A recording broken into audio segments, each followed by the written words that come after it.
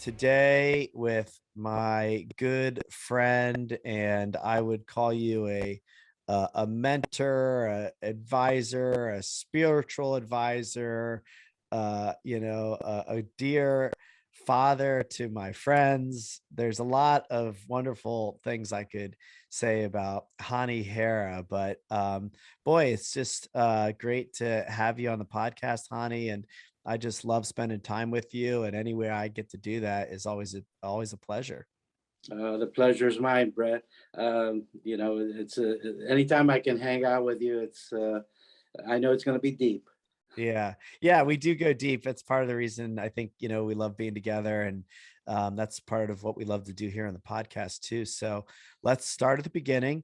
Let's talk about kind of your early childhood memories. I know you have an interesting background. Talk about, you as a kid, your parents, your family dynamics, and kind of all of that early stuff. I was born in 1948 in Cairo, Egypt, with Egyptian Jews parents. I had an older sister, Mona, a younger sister, Claudia, and a younger brother, Edward. And we grew up in Cairo in a wonderful environment. Had a lot of family, uncles, aunts from all over Cairo that we got together many times for dinners, for social events. And so I was very close with my cousins as well. And so what was it like? Talk more about kind of, being a child in Cairo. It was really very, what I remember being that we left when I was 10 years old, um, being born in 48, 52. Abdul Nasser takes over the country, and little by little starts really a period that a lot of people started leaving the country, especially the Jewish population. And in 1958, we left. But before that, it was just, we lived in Heliopolis, which was a little suburb outside of Cairo. It was just kind of magical. I would go outside and some guy would have a horse that dragging vegetable carts or fruit carts, and right down the street there was a beautiful Italian coffee shop that was famous for their desserts and the food there. It had a very European taste at that time. Hmm. And the reason is you had the Italians, you had the French, and the Jewish population was very professional. It was rarely a part of the culture there, just the social scene, the stock market, the doctors, the retailers. And so little by little, as it started to crumble, that by 56, 57, people really started to leave. And by 62, pretty much that the Jewish community was gone. Hmm. And so, And yeah, do you remember kind of like, I mean, you were 10, I guess, when you left.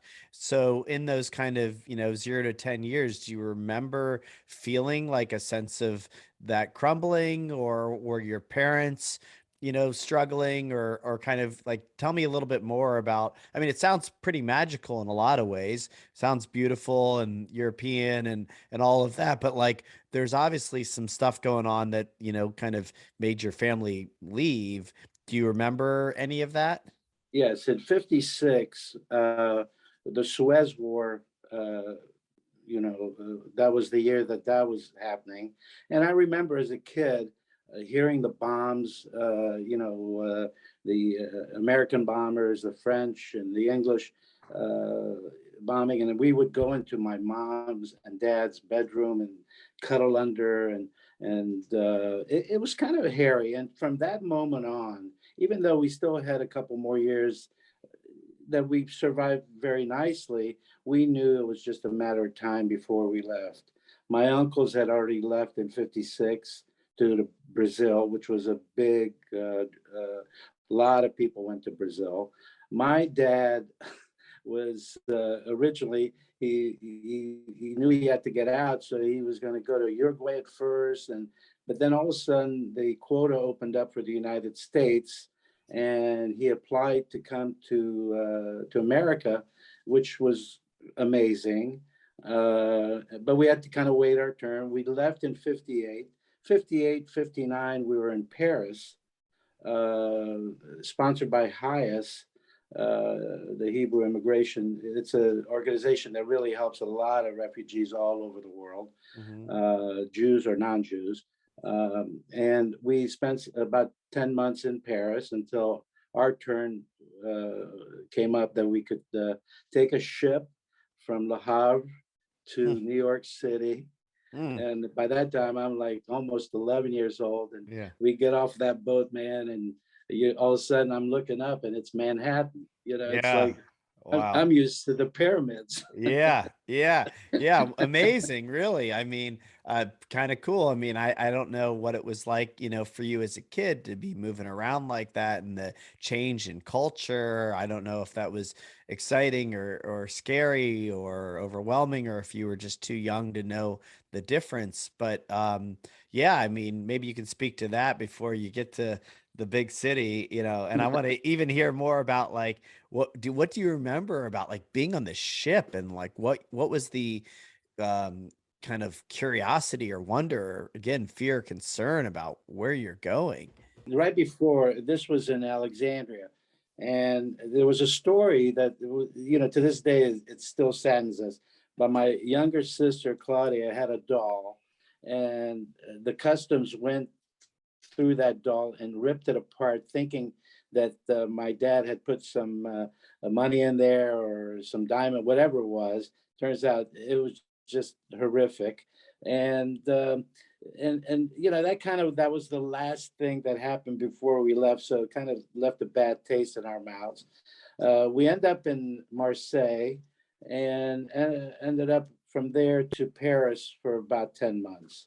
And you'd asked me how did I feel about it being a young kid? And all I know is that my dad made it an adventure. Mm, He really he just said, "Hey, we're all going to a new country. It's an opportunity. It's going to be wonderful."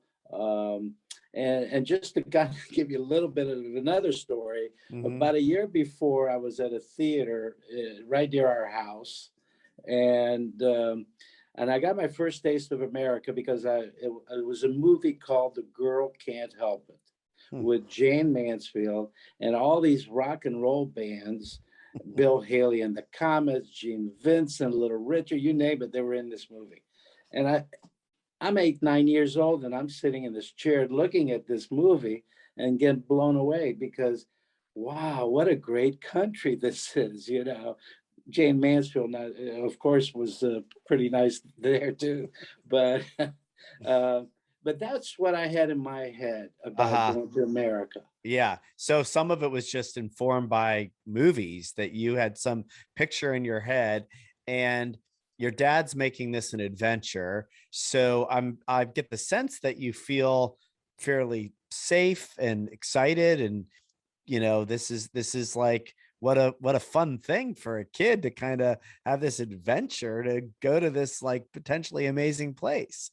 I mean, Yeah, it's a and then pretty sorry, it's a I'm pretty sorry. it's as a parent, like kind of genius, like good on him, because I'm sure that wasn't really 100% accurate. I mean, they had to be kind of like as adults with these kids, kind of scared and worried. I don't know, maybe not, but I would be, certainly you didn't get that sense. I don't know if that's true. No, no. Mm. There were other families that had a hard time with it. Uh-huh. But I think because of my dad's approach to it, it really did make it wonderful. And even at the time in Paris, even though he couldn't work because he couldn't get a work visa or a permit, uh, he would take us to the ballet, to the museum, and really we had a really a nice time there. Even though we were cramped in a hotel room, 2 hotel rooms for the six of us was Mhm. not easy, but still, again, it was an adventure. Yeah, well, I actually knowing you, honey, it makes sense that you would have a father with that kind of mindset. I don't know if you connect these dots the way I am right now, if this is accurate, but you have a very clear kind of view of how your mind and your vision or your ability to manifest, right, can control the outcome. And I know that's something we've talked about a lot. We can dive into that, throughout this podcast, but I'm wondering how much of your dad's mindset really was a important influence on you and how you've chosen to use your mind to live your life.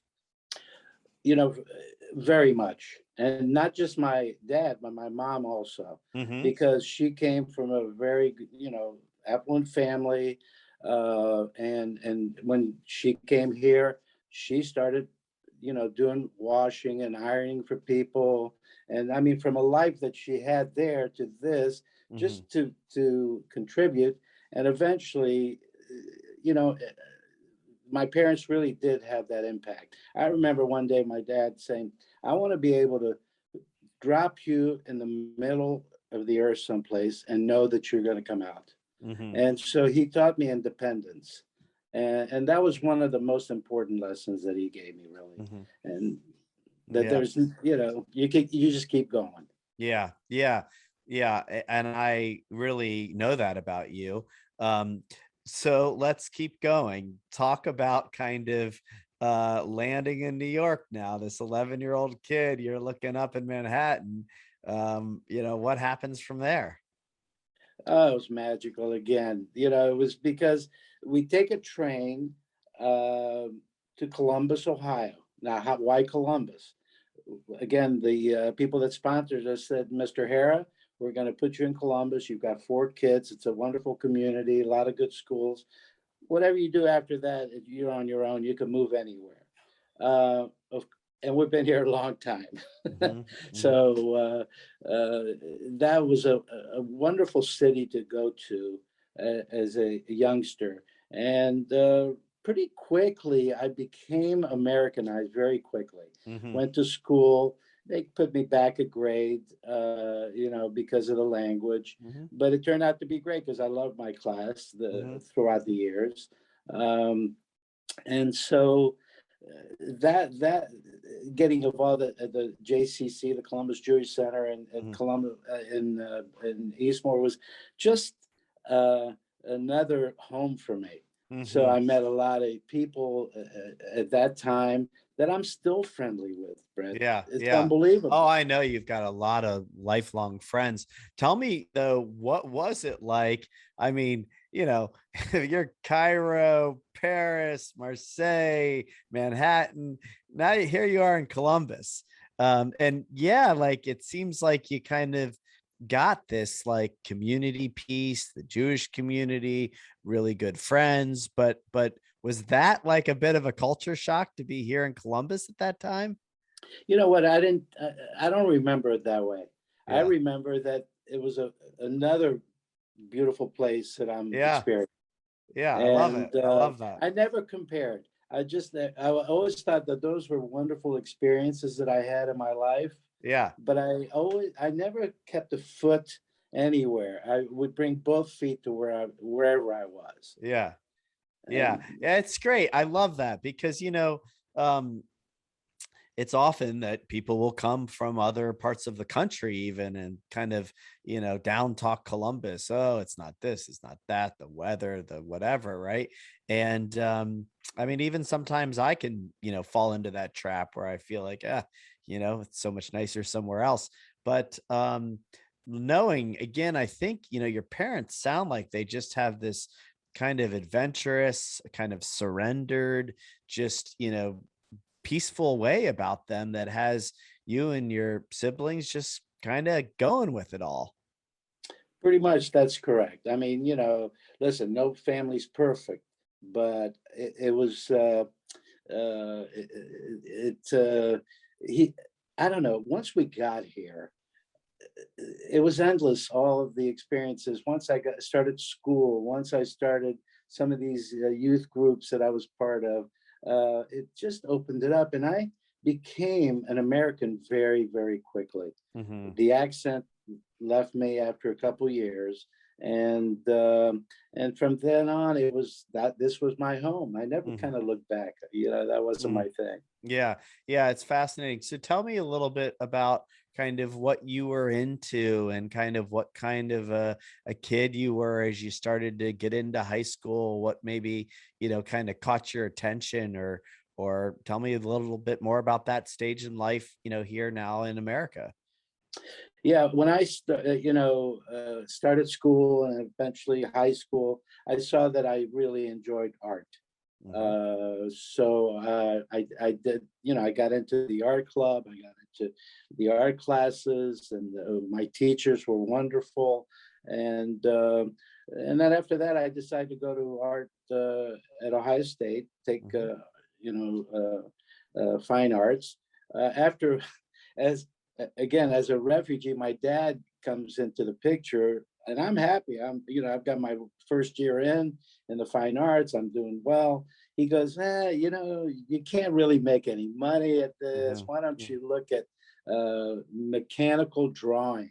Okay, I know the drawing part is art, but the mechanical part is definitely not. Yeah, they lost you with mechanical. I'm telling you, about 2 quarters later, I was out of there because Yeah. my mind couldn't think that way. Hmm. And so I kind of forgot about the art then. Mm. I ended up working in the music business for a little while. And then eventually I went to New York and worked with my cousins in import export in the business world. Hmm. Got married in 71 and started our family in New York, and from 71 until about 77, 78, I Hmm. realized that's not where I wanted to raise my kids. Hmm. And I loved Columbus so much that I wanted to come back. Yeah. And we did. And we did. Yeah, honey, let's talk a little bit about kind of this art part of you at that point that then, as like the parental or societal or the kind of maybe even realities, which I struggle a little bit with, but the kind of getting away from the art. You describe yourself as an artist, or a lover of art, or whatever you would call it in high school, and then obviously it becomes important enough to you that you start to study it in college, but then life kind of happens, right?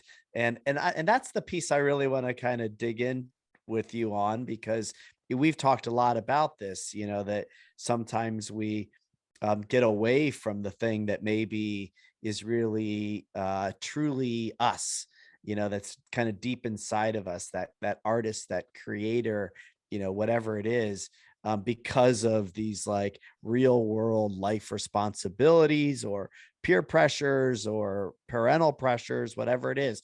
Talk a little bit about that piece for you, how that went for you, and kind of how that did shift your life, for a while. Yeah, if I would have stayed in school in the arts, I'm sure my life would have been different. Mhm. I would have got into somehow kind of like what my son does, Josh. Mm. Uh, but the fact that I did go into business kind of made me, inside of me, realize I wasn't good enough to begin with. Gave me that um, in what's the word, where I just Insecurity didn't, or yeah, insecurity, and I yeah, just didn't believe in myself. And imposture. so, well, that, for Yeah, sure that goes with, yeah. but I ended up creating this wonderful life in business and sales, and I went to New York, like I said, and that was a wonderful, that really was my schooling, I have to Uh-huh. tell you. Yeah.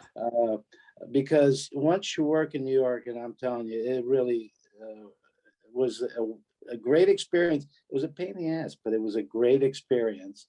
Um, but in the back of my mind, I always wanted to do the art, and I Hmm. didn't touch a pencil, a paintbrush for really about 15, 20 years Hmm. after that. Yeah. And how much of not doing it on the side, I mean, literally not touching a paintbrush, a pencil, how much of that was some story that maybe you had in your head that you weren't good enough? I mean, was that part of it? Absolutely, Yeah, absolutely. it's crazy. Yeah. It's like, when my dad says to go to this school instead of this one, and that didn't click, then you feel like you're kind of a loser because you didn't.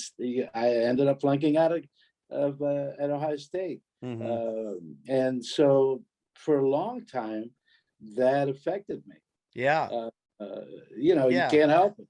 Well, I say it's crazy just because I know how talented of an artist you are right today. But um, and obviously you were always talented, but you along the way lost the belief. And you hear stories, and this is just like factually true that there will be a teacher who says you can't sing or you have a bad voice or right, you can't paint or for me, it was also in the art room where I was looking around and looking at everybody else kind of painting these perfect, in the lines, surreal objects, and I'm like, boy, I'm not talented, you know, but that's really not it. I mean, there are some people that are maybe more gifted than others, but it's really a story we tell ourselves. And it's amazing to me why I say it's crazy is because that story can take on a whole life of its own that if you're not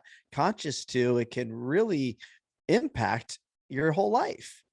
No question. The only thing that I will say is that I believe that in all of us there comes a time, and it took me a few years. I mean, 15, 20 years, but you do get to a period in your life, in your 40s. I find that the 40s is very powerful, and that's the most growth you have, I think. Mhm, Not that you can't grow more, mhm, but that's when it really starts to make sense. mhm, And when I got to that age and I started to paint again, and I started to doodle and started to, do this and that. As a matter of fact, I went to an art class mhm, with a wonderful artist, local artist, Lindsay Stout, mhm, who was, teaching us at Jeffrey Mansion.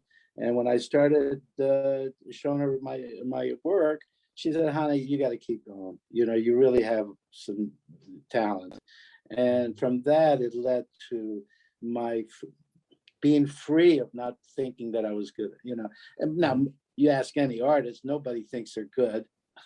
I don't mhm, care who you are, you know. Uh, mhm. but I know that I kept going, and I see the work that I did at the age of 40, 42, and where I'm at now.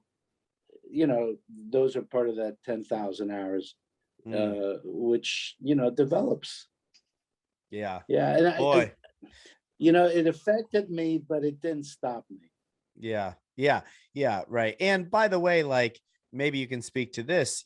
I hold the view, and I've kind of said this many times on the podcast, that there is no wrong and it's all happening, right? There's this, divine architecture, that I believe in that, sometimes shifts your life, for a while so that maybe you can fully embody something later, learn a less, whatever it is. Um, it's not like you had then a bad life or anything. You went on to have a career and learn a lot and I don't know what kind of how you would describe your career. And maybe you could just talk a little bit about, what you did professionally, but how you would describe that journey and the value of that journey in your full life journey. Yeah, once you have a family, you've got to start thinking differently. Hmm. And so I did start in business in New York, and then eventually came here in '78, and was always in sales. Turns out I was a pretty good salesman. Hmm. I had a good shtick for it. I had people enjoyed what I did for them because I always took, it was always about the customer. And throughout my years, I had really two careers with one company for 23 years. And then at the age of 55, I switched to another company locally, and it was wonderful. I mean, it was just a great way to end my career in sales. And at the time, when I did finish, I was always envisioned. And you talk about manifest, and you and I have talked about the power of the mind, and well, if you don't mind, let me go back a little bit. Sure. Yeah. When I turned 40, 42, I was very unhappy. I mean, I just felt like the biggest loser. And I had an awakening, one of these where one day I thought I was going to die. I was at a concert, a Paul Simon concert, believe it or not, in Dayton. And all of a sudden, uh, because of the weather, and I ran outside. When I got to my seat, I felt like I was going to die. Hmm. And I had a talk with God, that frantic talk where, hey, I'm not ready to go yet. I've Hmm. got so much to do. Hmm. And, I could go a little deeper with that. It was just one of those events in your life that just all of a sudden something wakes you up. Yeah. And Well, let's go deeper with it. Talk about it. Really, well, tell me everything you want. You can. so right after that event, which I was 40, 42, I forget exactly, I started delving into why am I here? Hmm. Why am I here? What good am I going to do? And I started taking classes and reading books. Ohio State at the time had wonderful, wonderful classes that you could take, even though you didn't go to school. You'd sign up for them at night. Yoga and you talk about spirituality. I took it all, Hmm. and I started to realize how your mind works and how you can manifest all the good things that you want. And little by little, I became pretty good at it. Hmm. And that's when the art started. That's when my relationship with the family, because at the time, there was some, little turmoil here and there, but that really turned into a beautiful thing. My whole life really changed Hmm. in my 40s. Hmm. And it was all because I realized how to use this little gift that we have in all of us. Hmm. And to Hmm. this day, I still use it. I don't even, I started meditating. When I started meditating back in the 40s, I told myself, all right, if it takes me 20 years, I'll be happy. Hmm. Where you start meditating, it's the hardest thing in the world. Hmm. And now I can meditate at a red light for 30 seconds if I want to. Hmm. Hmm. It's about slowing the mind down. Hmm. And once you do that, things become clear. Mm.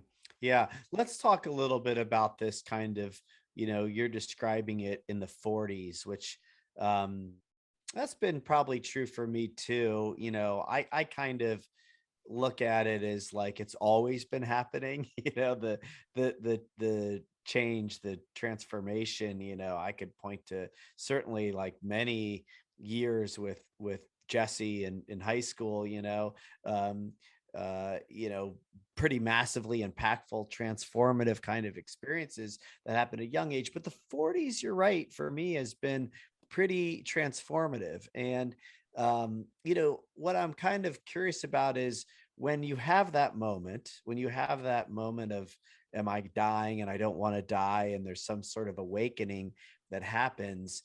A lot of people struggle to embrace that, to embody it, to do something with it.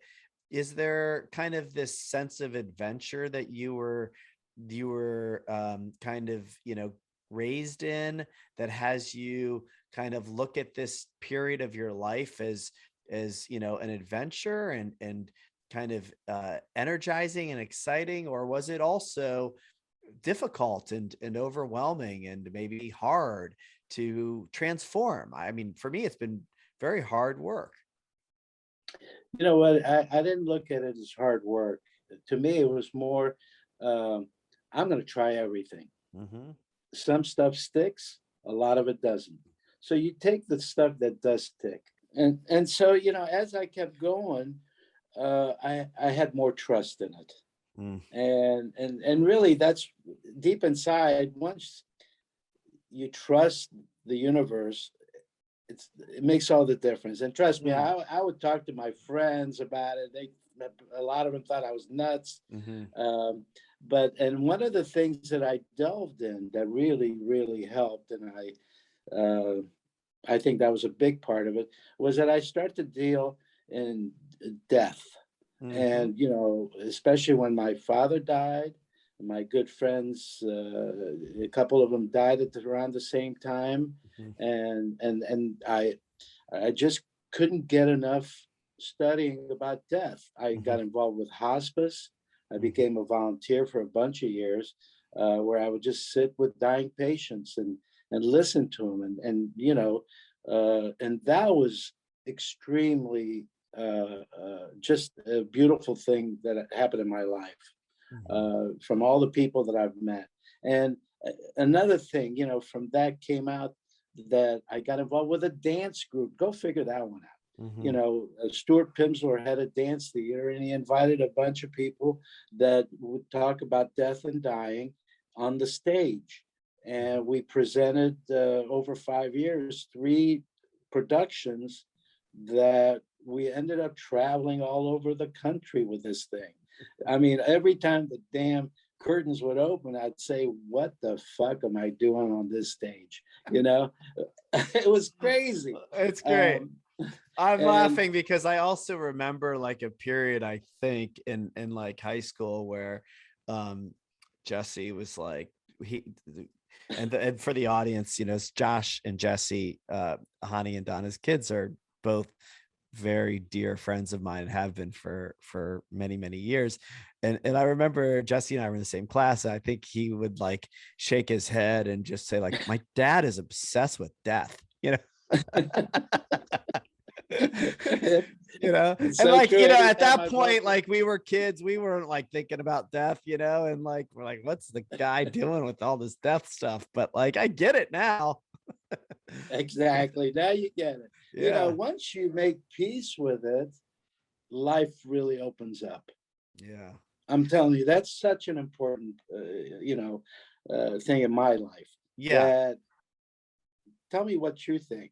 Well, yeah. So no, it's not really about what I think, but what I'm curious about is like, you're talking about trust, right? And I'm also kind of thinking, you talk about books. The book Surrender Experiment by Michael Singer is one that I commonly refer to, because he, kind of went on this lifelong experiment where he just kind of surrendered to whatever came to him. And so the fact that you're now on stage, like this is this big like surrender to like whatever's coming your way, like even how you described, well, I'll just try everything and see what I like. You have like a very trusting, like you really do embody this trust. And kind of for me, what kind of helps me do that is this belief that I'm held in something much greater. So that also has eliminated my fears over death. It's the whole thing kind of goes together. You feel held by the divine, you feel trusting in that same energy, and then you don't worry so much about things that come your way. Bingo. Not that I'm good at that at all, I'm working on it daily, but that's kind of it, right? Yeah, it takes time, and you're right. Because if you get rid of that worrying about death, which is in all of us. I mean, anytime you hear somebody going through something or watch the news or whatever it is, you know what? If it's my time, it's my time. Right now, I'm happy. I'm not worrying about it, Mm-hmm. and I'm looking forward to tomorrow. If it Mm-hmm. happens. Mm-hmm. Yeah, that was a big thing for me. And I have to tell you, even though the Josh and Jesse would like make fun of it, Mm-hmm. every time they saw a book, oh, Dad's on this thing again. Right. I think in the long run, they got a little shortcut to it Sure. because they were around it and they're Yeah. more comfortable. That is, kind of what happens is maybe become a parent, or you start to, get some years under your belt, you start to kind of understand your parents a lot better too. Um, It's amazing so how smart we get, when you guys get older. right, right. So then talk about kind of the art piece now that kind of comes back into your life. You, like you said, you had this wonderful career, long stints in two great organizations, but you get to a certain point where art starts to really become part of your life again. Yeah. I started to get really involved with the community in Columbus. I was on the board of the Ohio Art League for many years. Uh, just a great organization. I was the visual chairman of the JCC. But more importantly, I did a lot of work at that time, and I was showing at Sharon Weiss Studios, at different other places. I've had many shows. Um, and and with art, it's always evolving. It's always evolving. So, you could ask me right now, what am I into? Well, I'm into digital art, graphic art on my iPad. Some of the things that Mhm. I'm doing now are just the coolest things because I can do them on my couch while I'm, just drawing. I mean, it's Mhm. what's coming out, Yeah.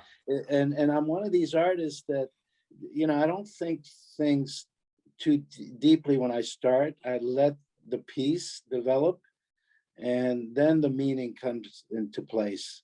And Mm. I don't know if you've seen some of the things that I've shared on Facebook and Instagram. Mhm.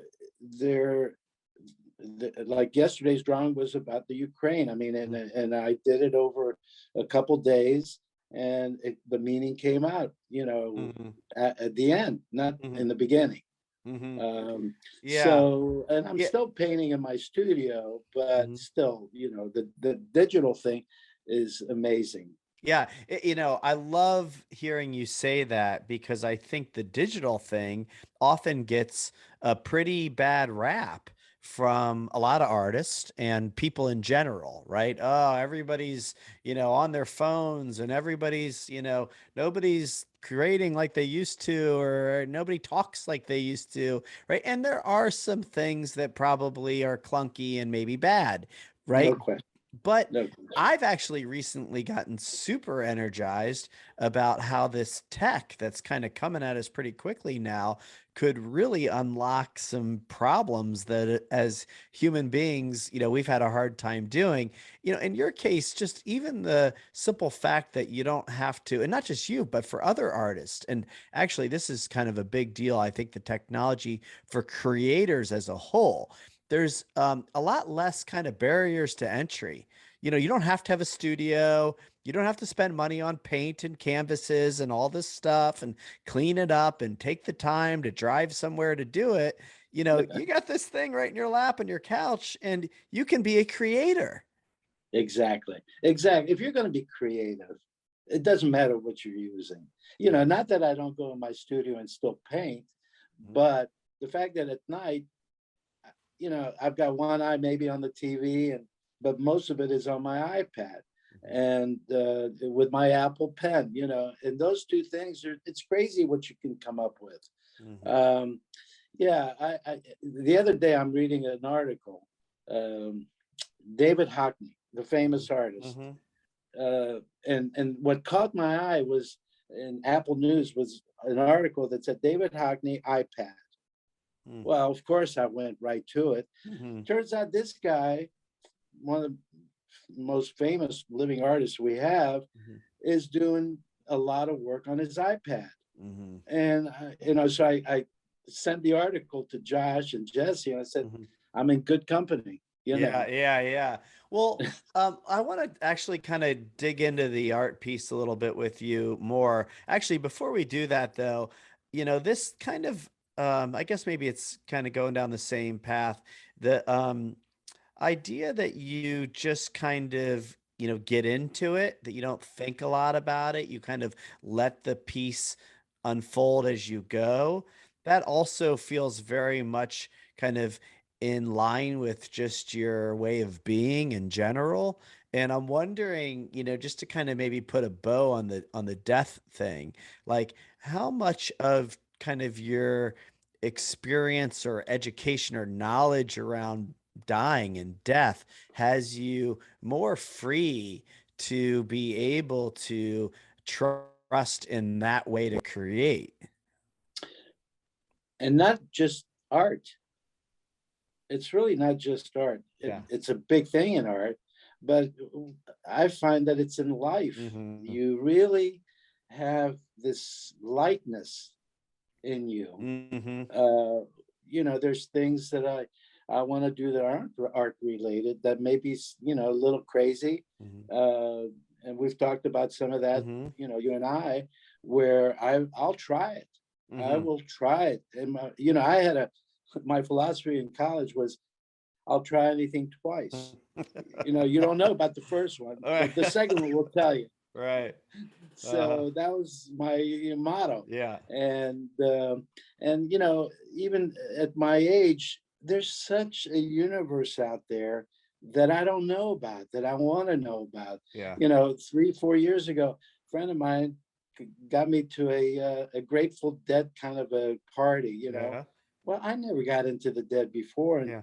and all of a sudden I'm a Dead guy. Yeah. Yeah. Yeah. So that there's so much going on in life. I want Yeah. it all. Yeah, yeah, I get it, and I love that about you, um, and yeah, so in fact, I also have started to really learn a lot from death. In fact, I was on the phone with my mother this morning. We were talking about a funeral that I went to, and she watched by Zoom, and she said, I learned so much from funerals, and I kind of jokingly said, yeah, I love a good funeral. It's like, but I really, I find kind of, other people's life stories and something about maybe the complete story, and seeing, in this case, a family who just adored their father and all that he was and all that he wasn't, and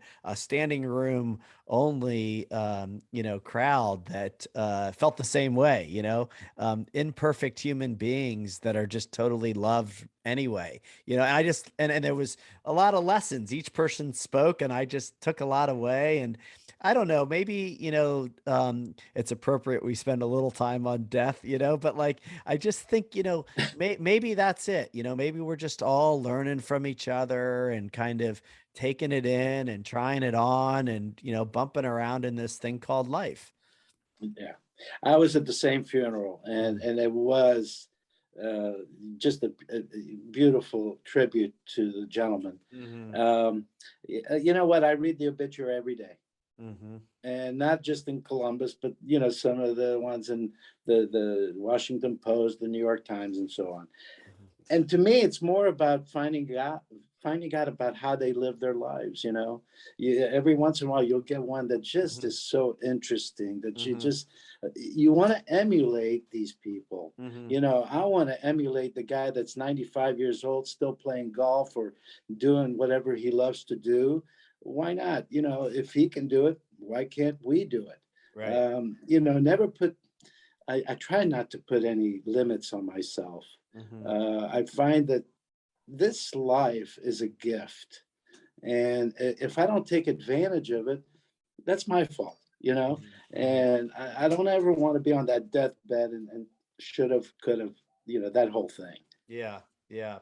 No, I agree. And I like that you kind of pointed out that this wasn't just a thing specific to art and creating art, that it's really the same thing that, you kind of embody about how you live. That is really wonderful. I'm kind of curious to come back to the art a little bit now. I think I've had this experience even recently. You've been helpful to me as I've been creating my own art and kind of encouraging me to keep going. And the idea of the 10,000 hours, I started to play guitar a few years ago, or maybe more than that now, when my son learned, and I quit because I thought, I'm just not good at this. I picked it back up again in December, and I've been playing every day for the last few months. And sure enough, I'm getting better. And I actually now think, you know what, maybe I could actually end up being a decent guitar player, you know. But so talk a little bit about kind of the um combination of the variables that it takes to become kind of like quote good at art, and even like talk about kind of that, like what is good art? Well, when I was again in my 40s and I started to take it up again after I had that class with Lindsay, uh, you should have seen my house. As a matter of fact, I'm sure you did see the Oh, I house. did. I did. I That remember dining Donna room. not being real happy with that house. Exactly, exactly. Well, there came a time a couple years later, she said, "You've got to get this stuff out of here." And then I ended up at the Buggy Works, which is at the time was a wonderful place that had a lot of artists in there. And I became, I became so friendly with a lot of these people, and that's really when I took it more seriously. And that's when I started doing shows and I don't know, it just the art was always in me. And it Hmm. was just a matter of time because the fact that it had been stifled for 20 years, it erupted, Brett. It didn't just happen little by little, it erupted. And Mm, if you remember that dining room, there was shit all over the place. I'm telling you, all the, mhm, because I was trying everything, mhm, mhm, watercolors, I was trying, stuff on wood. And to this day, people say, oh, you're the artist, I'll paint on anything. If I mm, find something interesting, I'll paint it. mhm, um, mhm, and uh, and now it's kind of on an iPad. That mhm, mhm. you never know where it's going to take you. Yeah. So I I find that once you start, if you've had it stifled, it's going to come out. Otherwise, you're going to get sick. Mhm. Do you think that's true for everybody? Does everybody have artists inside of them, or a creator part that it's just a matter of it getting stifled, and some people are able to find it, and some early, some late, some in one way or another. But do you think we're all born, I guess in my worldview, it's this idea of being born in God's image. And that to me means then we're all the creators. So, how do you feel about There's that? no question, no question about it. I find that everyone has creation in them. Mhm, We create every day. Every day we create our lives in our mhm, day. mhm, And so when you're conscious of it, it makes a big difference. Um, some people are wonderful gardeners, like Donna has, a beautiful garden outside, and there's people that do other things. I mean, and it's all being creative. yeah, It doesn't have to be a paintbrush. It, yeah, it doesn't have to be music, which is beautiful, which I love yeah, music. Uh, I find that we create, goodness, yeah, by how you treat people. That's creativity. yeah, I find that everybody has it, no yeah, question. yeah. You're speaking my language. I know we share that point of view. um and I guess I'm wondering then, what would you say to people who don't believe that about themselves? You know, um, I don't know. To me, it's kind of sad, and other people might say, don't be sad for me. I'm fine. But like some people feel like they've either, and not to take anything away from people who have been dealt very tough hands. I mean, not saying this is easy, and it's harder for some people than others, but what would you say to people who maybe don't see it that way? In the beginning, I try to get people involved, and even in the spiritual thing, not even in the art, Mhm. and I really realize that everybody's on their own path. you can suggest, Hmm. you can show by example, but ultimately you can't make somebody be creative if they're not, they don't believe it. You have to Yeah. believe it. Yeah. And so that's, to me, is that individual um, path that we all take is beautiful.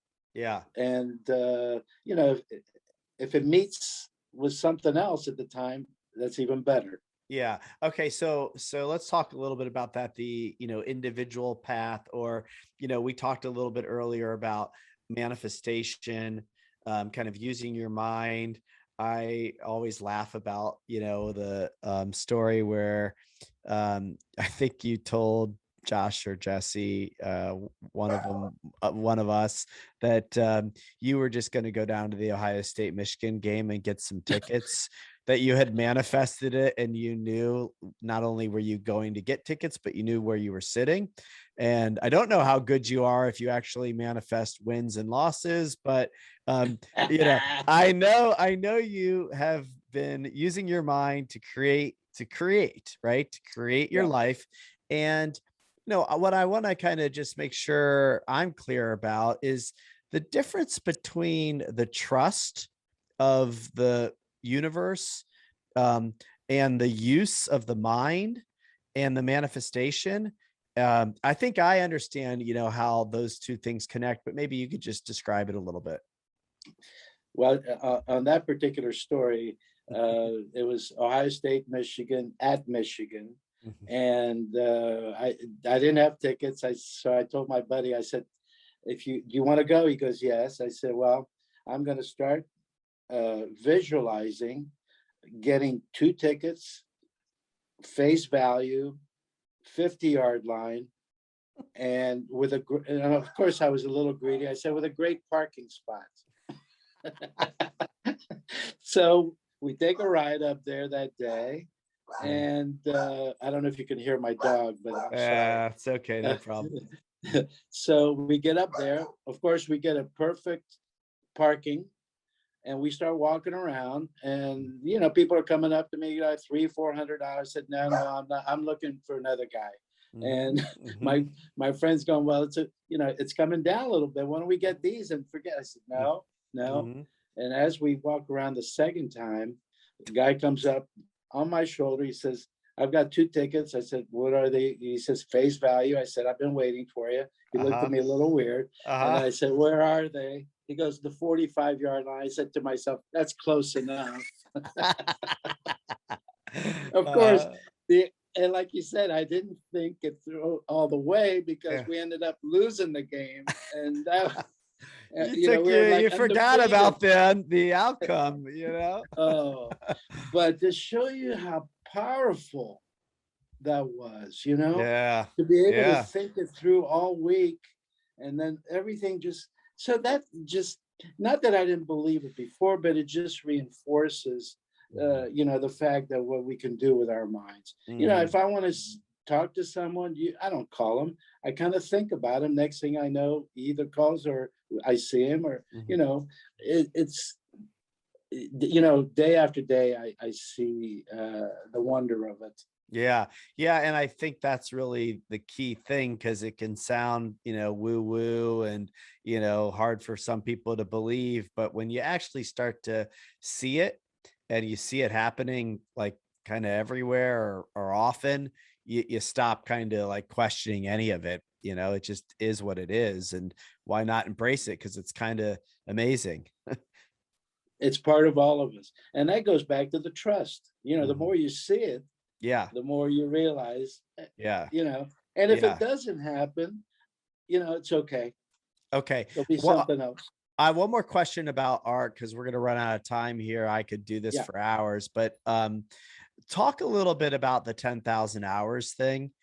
Talk a little bit about kind of, yes, maybe we are all creators. Yes, maybe, that's inside of all of us, but talk about kind of the combination of putting in the work, doing the time, like mastering a craft, and also then like that, along with the letting go, kind of detaching from the outcome or from whether or not it's good or getting it right, the freedom that's necessary. Maybe talk about those, components in the creation. Yeah. When I started, I'm telling you, I started with watercolors, and I would just work on piece after piece after piece. And not that I ever showed that much in those days, but it was just more about doing it. And what I realized as you went on is that I was creating my unique art. You know, when people look at my work, and I've been really very honored that a lot of people have bought my work over the years. And when somebody walks into a house, they kind of know that's a Hani Hara. Hmm. And that's a gift. And that was the gift that I ended up with from putting all those hours in, where I created my own style that people kind of know what it is, especially locally. Um, and so that's where the beauty of the work comes in, is that Hmm. eventually, you see what fits you, what makes you feel good, what connects with you, because it's got to connect with Hmm. you first before it Hmm. connects with anyone else. Hmm. And there were times that Donna would say, "Oh, I don't like this painting." Well, of course, that would be the first one that sold, and she'd say, "I love when I don't like a painting." Yeah, yeah, And so, but I liked it, so it went on, yeah, on the wall.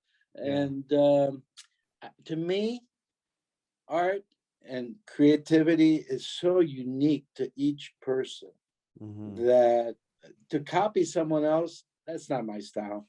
You know, that's not who I am, and Hmm. that's the beauty of my art, is that Mm. it is unique. Yeah.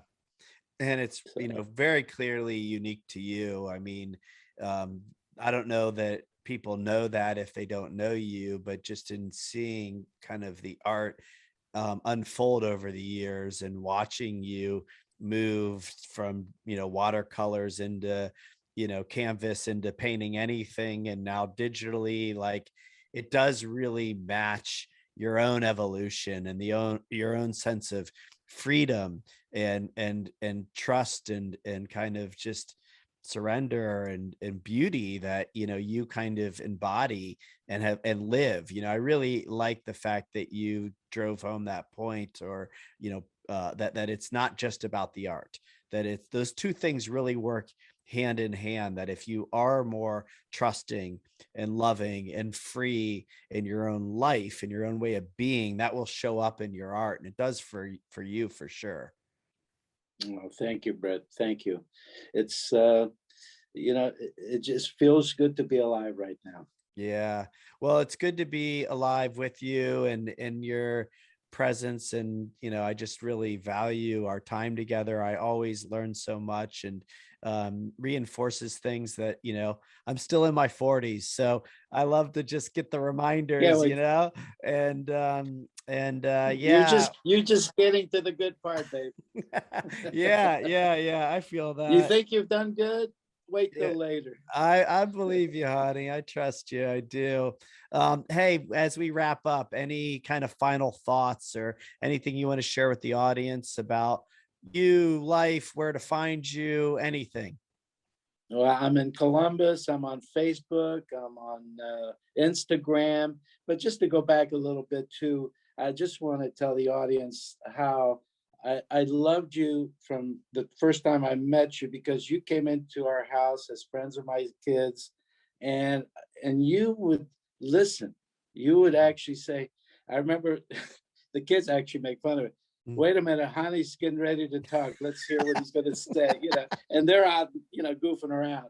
Yeah, And you were the one that I knew were is going to really be a success in life. I mean, not that they all didn't; they all yeah, did yeah, yeah, beautifully. yeah. But uh, you were spiritual as a young man without knowing it. Hmm.